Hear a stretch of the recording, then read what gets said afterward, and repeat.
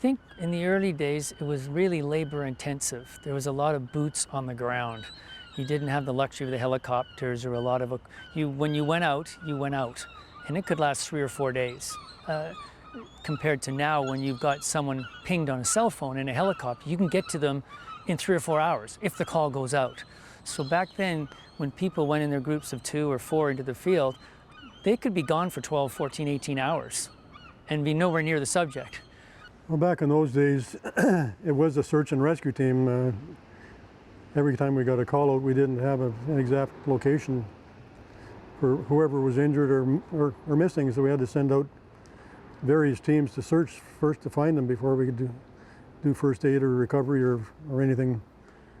Search and rescue always was search and rescue. Now, because of the electronics, it is fewer searches and more rescue.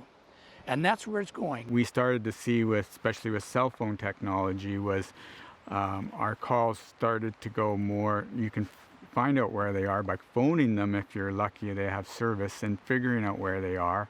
And then your task is to get to them safely and extract them safely. So I saw that change in my 15 years on the team, where we've gone to a lot more just rescues, getting to the location of the person.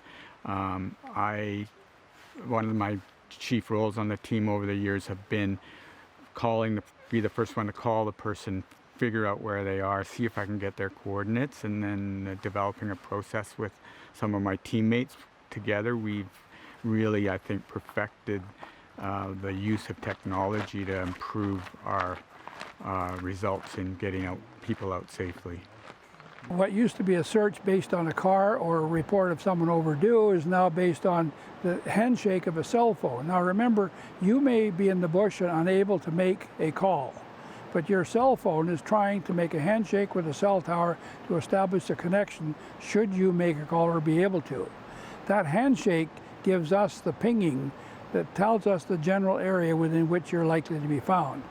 So it does aid the search base, so the amount of resources needed to give a general location is diminished to the point a call can now be done in 3 to 4 hours, whereas before we'd be at least 6 to 8 hours to start with, and often it was into the second day before we find people.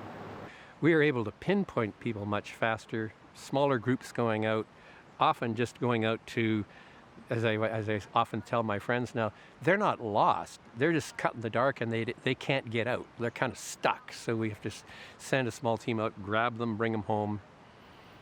And so that's a big change as well. I think it's the one reason we can handle 130 calls a year is because they're a lot shorter. We got the call at about 10 o'clock at night, and we just needed to send some people up a trail. They were on trail, but they were exhausted, to give them some food and some water and some physical support to get out. 40 years ago, those two hikers would have just spent the night and would have gone with more food, would have rested, would have fed themselves and come out in the morning when it was light again. Now, cell phone coverage is excellent. Everyone's got a phone with them, and it's just really easy to dial 911, and you know that we're here. We have a large public presence, and you know that has a good side, and the challenging side is we have way more calls. That wouldn't have been a call 40 years ago.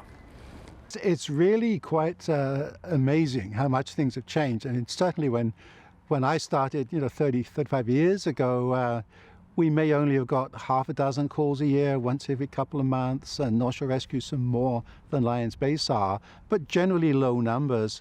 And this has just gone up exponentially over the decades. And so the experience, the practice, the knowledge, the professionalism has grown out of simply becoming so used to eventually handling hundreds of searches that you do become better at it, and you understand the nuances better over time.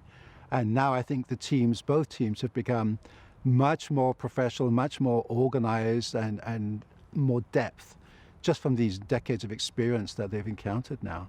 And we used to, before we would start a search, we'd have a meeting with various managers, and they'd ask me my gut feelings, and over the years we decided to just move way quicker than that.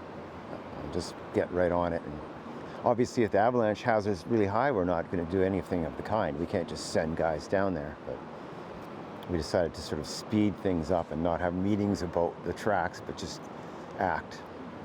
But remember the treatment regime that says if you can treat an injured person within the golden hour, their recovery period is so significantly reduced that it's critical.